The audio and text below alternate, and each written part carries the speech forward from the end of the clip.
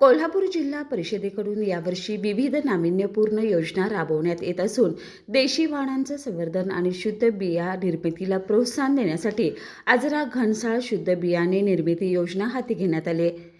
या पार्श्वभूमीवर तालुक्यातील घनसाळ उत्पादक शेतकऱ्यांचा मेळावा सोमवार 8 जून 2026 रोजी दुपारी 1 वाजता मृत्युंजयकार कैलासवासी शिवाजीराव सावंत स्मृती दालन आजरा येथे आयोजित करण्यात आलं आहे. आजरा तालुक्यातील ओळख असलेल्या घनसाळ भाताच्या वाणाचं जतन आणि संवर्धन करण्यासाठी सातत्याने प्रयत्न सुरू आहेत. घनसाळला मानांकन प्राप्त झाल्यानंतर या पारंपरिक वाणाचं शुद्धतेसह उत्पादन वाढीवर भर दिला जात आहे.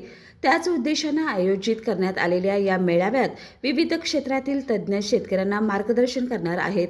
कार्यक्रमात जिल्हा परिषदेच्या अध्यक्षा, उपाध्यक्षा, विविध समित्यांचे सभापती, मुख्य कार्यकारी अधिकारी तसेच इतर मान्यवर उपस्थित राहणार आहेत.